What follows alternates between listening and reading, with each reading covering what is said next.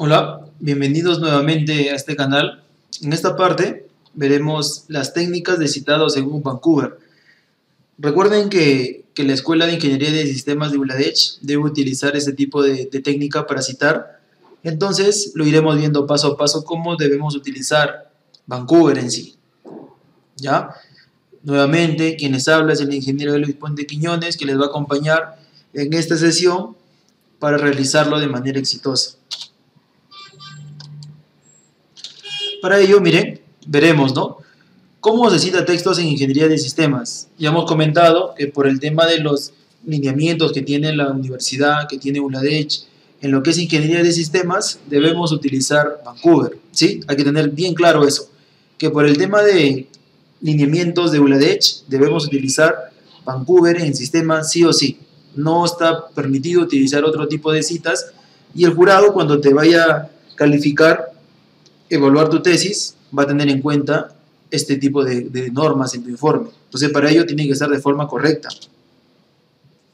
Miren, ¿qué cosas son las citas en general? Las citas o las normas para citar ya son gestores de citas bibliográficas que son conocidas como herramientas que permiten recopilar bibliografía, organizarlas, complementarlas o compartirla o utilizarla para la preparación de un manuscrito con vistas a su publicación o incluso adaptar su estilo a las normas de edición de una determinada revista científica. ¿Qué quiere decir?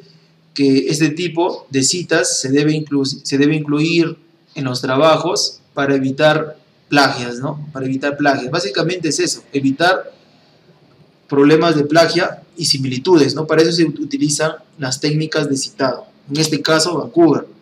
Ahora, ¿cómo se cita un texto según Vancouver? Por ejemplo, hay que tener en cuenta varias cosas. Por ejemplo, las citas en el texto se efectúan a través de llamadas con números arábicos entre paréntesis, aunque muchas revistas establecen en sus normas por autores y el uso de superíndices, ¿no? Eso también hay que tenerlo en cuenta bastante. Por un tema de normativa de ULADECH, colocamos los números entre paréntesis para identificar la cantidad de citas que tengamos. Por ejemplo, si tengo una cita inicial, le pongo entre paréntesis 1. Si voy a citar a otro autor diferente, le pongo entre paréntesis 2, ya, porque es distinto al anterior, ¿no? Entonces, pero ¿qué pasa si yo estoy avanzando y ya tengo como 15 citas y más abajo vuelvo a utilizar la cita número 1, vuelvo a colocar el número 1 nada más? Ya no le coloco 16, porque los números identifican a un autor, identifican a una revista, una tesis, entonces ese número 1, si se vuelve a repetir en el contenido, tiene que repetirse el número también, ¿ya? Ahora, también otro punto es que cada trabajo citado en el texto debe contener un número único asignado en el orden de citación. Eso es lo que ya estaba mencionando, ¿no? Por ejemplo, si coloco una cita, le pongo el número 1. Coloco una siguiente cita, número 2. Si coloco otra cita, 3, y así correlativamente. No se puede repetir el mismo número para dos citas distintas, ¿ya? Eso hay que tenerlo bien claro. Si, por ejemplo, cito a un autor en la parte inicial y la vuelvo a citar en la parte final o en la parte intermedia, debo repetir el número, pero sigue siendo el mismo autor, no es otro, ¿ya? Eso también hay que tener en cuenta. Ahora, ¿qué pasa cuando mencionamos de esta manera? Miren, las citas de un autor pueden realizar por un número o integrando el nombre del autor seguido del número en el texto.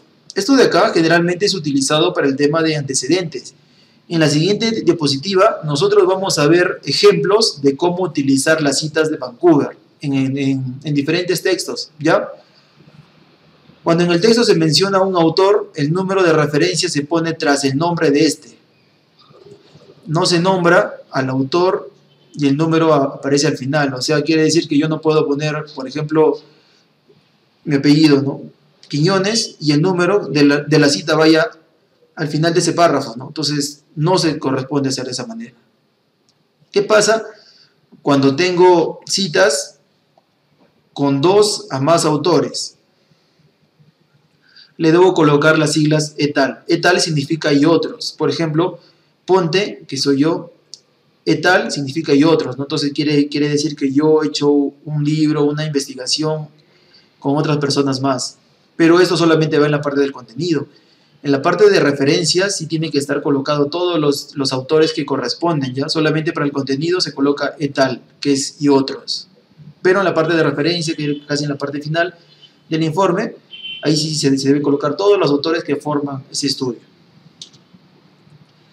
Miren, aquí tenemos los ejemplos. Por ejemplo, el método número 1 te menciona en colocar el número entre paréntesis. Por ejemplo, menciono, ¿no? Se conoce como software y le pongo el número 1. Ese número 1 me está indicando que es una cita, ¿no? Y continúo con la descripción del contenido. Entonces, esa es una forma de citar, ¿no? Por lo general lo hago eso en el marco teórico, de repente lo puedo hacer en el método, lo puedo colocar. Ahora, el segundo método es bastante utilizado y hasta ahora se conoce como el único método utilizado para el tema de los antecedentes. Por ejemplo, corresponde a colocar el apellido del autor seguido del número entre paréntesis, como se muestra en el ejemplo, miren. Como le indica Ponte, entre paréntesis, que es la segunda cita, el software en su gran mayoría está escrito en lenguajes y continúa todo hasta ahí. Entonces, apellido y el número de la cita entre paréntesis. Eso de ahí es muy utilizado para el tema de los antecedentes, ¿no? Y en los informes también debemos ver ese tipo de normas. Por ejemplo, el método 3 es colocar et al, ¿no? Et al es cuando es más de 2 autores, hemos mencionado, ¿ya? Entonces, en el ejemplo pongo Quiñones et al. Eso de ahí, ese et al, a mi conocimiento de Vancouver, quiere indicar que es más de un autor en sí, más de un autor. Entonces, ¿dónde yo me voy a dar cuenta cuántos autores son? Si son 2, 3, 4, pueden ser más, es en las referencias bibliográficas. Cuando yo me voy a la última parte del informe y veo referencias, ahí sí debe estar colocados los nombres de todos los autores que corresponden a esa cita. Solamente para el tema del contenido se pone et al. Ahora, ¿cómo citar una obra que no tiene autor? Por ejemplo, nosotros a veces cuando extraemos páginas o textos de ciertas páginas que no tiene un autor y son organizaciones, es una ley, es una norma, entonces para ese caso se pone de los dos métodos. Puedo colocarlo en número solo o puedo colocarlo también nombrando a la norma, ¿no? Por ejemplo, en el método número 4 pongo, ¿no? Como se menciona la ISO 9000. Entre paréntesis es el número de citas que corresponde a eso, ¿ya? Entonces, es un conjunto de control de calidad. O también pude haber puesto, como se menciona, la norma ISO 9000 es un conjunto de control y al final colocar el número de la cita, que también es válido, ¿no? Hay que saber por eso dónde colocarla. Solamente cuando es apellido y quieren colocar el número al comienzo, listo, ¿no? Para antecedentes, sí o sí. En cambio, cuando es una norma, puede estar ahí mismo, puede estar al final, que es válido también ambos. Ahora, ¿qué pasa? ¿Qué pasa si yo coloco un párrafo? Como estoy utilizando la técnica de parafraseo para mi informe, muchas veces de repente tengo 2 autores que hablan de lo mismo y los quiero juntar a una sola idea, ¿no? Entonces, para ese caso, utilizo la coma para separar, ¿no? Por ejemplo, menciono, la red de computadoras es un conjunto de equipos, nodos y software conectados entre sí. Y puedo continuar, ¿no? ¿Y dónde le encuentro eso? El autor número 2, que está en la referencia número 2, coma, es el autor número 3, también mencionan lo mismo. Entonces, cuando pongo esa coma, es que el autor de la cita número 2 y el autor de la cita número 3 hablan del mismo tema. Entonces, menciono 2 autores que hablan sobre el mismo contenido, ¿sí? Eso es para la separación de coma. El método 6 es para citar, por ejemplo, a un rango de autores.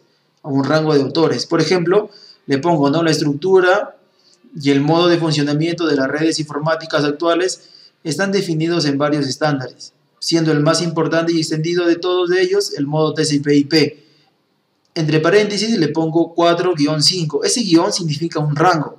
Desde la cita 4 hasta la cita 5 habla sobre ese párrafo. Pude haber colocado desde la 4 hasta la 8, por ejemplo. Entonces, cuando le pongo 4-8, quiere decir que hay la cita número 4, la cita número 5, la cita número 6, la cita número 7 y la cita número 8. Entonces, para no colocarlos todos con comas, se utiliza el guión, siempre y cuando se encuentren correlativos. Si se encuentran separados, por ejemplo, el autor 4, el autor 10, el autor 12, entonces ya no puedo colocar el guión porque están saltados, ¿no? Entonces solamente se usa el guión cuando cito autores que hablan de lo mismo, pero que se encuentran correlativos en mis referencias bibliográficas. Hay que tener en cuenta también esa parte, muy importante. ¿Sí? Miren, aquí vemos lo que es referencias bibliográficas. Hemos visto que utilizando etal se pone el apellido del autor número 1 y el resto ya no va, ¿no? Pero aquí sí, en lo que es referencias, si son 2 autores, si son 3, si son 4, aquí tiene que estar visualizado. ¿Sí? Entonces es importante por eso que ustedes conozcan las normas Vancouver y poder utilizarlo en el contenido y en la referencia, que son 2 cosas distintas, ¿no? Entonces para eso te estamos mostrando unos ejemplos, miren. Por ejemplo, cuando son libros físicos y libros digitales, no se cita de la misma manera. Aquí en la parte de rojo te he puesto qué es lo que debes considerar. Por ejemplo, si es un libro, le pones el autor o el autores, son varios, título del libro, edición, lugar donde se ha publicado, editorial y año. El año, miren, va al final, diferente a lo que es APA, ¿no? Porque APA el año va casi al medio, o diré casi por el comienzo, después de los apellidos y nombres de los autores, ¿no? Cuando es un libro digital se debe poner disponible en, ¿no? Entonces ahí es importante colocar la URL del libro digital, ¿no? Y te piden otro concepto, miren. Por ejemplo, cuando son artículos, también hay que tener en cuenta si el artículo es en físico o es en digital, ¿no? Y aquí también te mostramos los pasos o los puntos que debes tener en cuenta para citar cuando es una revista impresa y digital, ¿ya? Es importante conocer todos estos métodos. Cuando son sitios web, también, mírenme, sitios web. ¿Cuándo es un sitio web? Pero tienen que tener en cuenta que los sitios web que ustedes citen tienen que ser páginas web confiables, ¿no? O sea, que tengan un prestigio, ¿no? Porque no vayan a poner páginas que no son muy conocidas, que cualquier persona pudo haber escrito, que no tienen un grado académico alto y su respaldo de contenido no es tan fuerte, no es tan importante. Por eso es importante colocar información de páginas web confiables, como se le llama, escritas por empresas, por personas reconocidas, ¿no? Tesis en línea. Este de acá también lo vamos a utilizar sí o sí porque en los informes estamos hablando de lo que es antecedentes y en los antecedentes debemos colocar las tesis. Entonces aquí te muestro los puntos que debes tener en cuenta para citar una tesis, ¿ya? Ahora, es importante esta parte, miren. Por ejemplo, en lo que es manejo de tablas y gráficos en Vancouver, revisando las normas Vancouver que cuenta ULADECH, no menciona cómo trabajar tablas y figuras, ¿no? Entonces, por un tema de estandarización, hay que manejarlas de esta manera en los informes. Por ejemplo, el título tiene que ser tabla 1 nada más, así. Tabla 1, no colocar el número 1 ni el 01. De frente, tabla 1, punto, y el título de la tabla, ¿no? Por ejemplo, acá es frecuencia por ítem y ahí se pone el ítem, ¿no? Y eso de ahí tiene que estar en cursiva. Luego, la tabla, miren, el formato de tabla se muestra todos los bordes, no hay que colocarle un fondo, hay que dejarlo así nada más como se muestra, todo con fondo blanco, ¿ya? Y solamente los bordes que se muestren. ¿Listo? Luego viene la fuente. La fuente es importante colocar de dónde hemos sacado esa información de la tabla. Por ejemplo, esto de acá es una tabla de frecuencia de una encuesta y se pone que la fuente es una base de datos de la encuesta, ¿no? Y la fuente hay que colocarlo en tamaño 10. Recuerden que todo el contenido de mi informe tiene tamaño 12. La fuente de las tablas hay que colocarlo tamaño 10, teniendo un poco de referencia a lo que menciona APA, ¿no? Porque APA menciona más o menos este formato con el título en cursiva y la fuente en tamaño 10. Solamente cambia en el tema de los bordes, pero eso no lo vamos a tocar. Solamente hay que tener en cuenta cómo se muestra en este ejemplo y hay que manejarlos todos igual para mantener un estándar. Ahora, por otro lado, el tema de los gráficos, miren, el tema de los gráficos, Vancouver tampoco menciona cómo utilizar gráficos, así que acá te vamos a dejar un modelo también, gráfico 1 nada más, nada de número, nada de 0, de frente así a secas. El título, miren, en cursiva, ya como se muestra ahí en el ejemplo. Miren, la palabra gráfico 1 sin cursiva. El título que dice ítem, todo eso sin cursiva, ¿ya? La fuente también, tamaño 10. Hay que hacer formatos de gráficos de esta manera, miren. Evitar colocar fondos, pero sí podemos colocar colores en cada una de las barras para que se puedan diferenciar de las opciones. y no olvidarse la interpretación que tiene que estar debajo. Aquí te pongo un ejemplo cómo debes interpretar tus resultados. Tiene que estar esa palabra siempre, interpretación, y luego colocar el análisis que vas a hacer, ¿ya? Por eso es que te muestro ahí el ejemplo. Entonces, básicamente con lo que hemos visto en esta sesión, ya conocemos cómo utilizar las normas Vancouver en nuestro trabajo de investigación, cómo utilizar las tablas y cómo utilizar los gráficos, ¿ya? Es importante manejar todo esto para mantener un tema de estándar, un tema de que todos sean con el mismo formato, ¿sí? Bueno, con eso culminamos esta sesión y nos vemos hasta el siguiente video.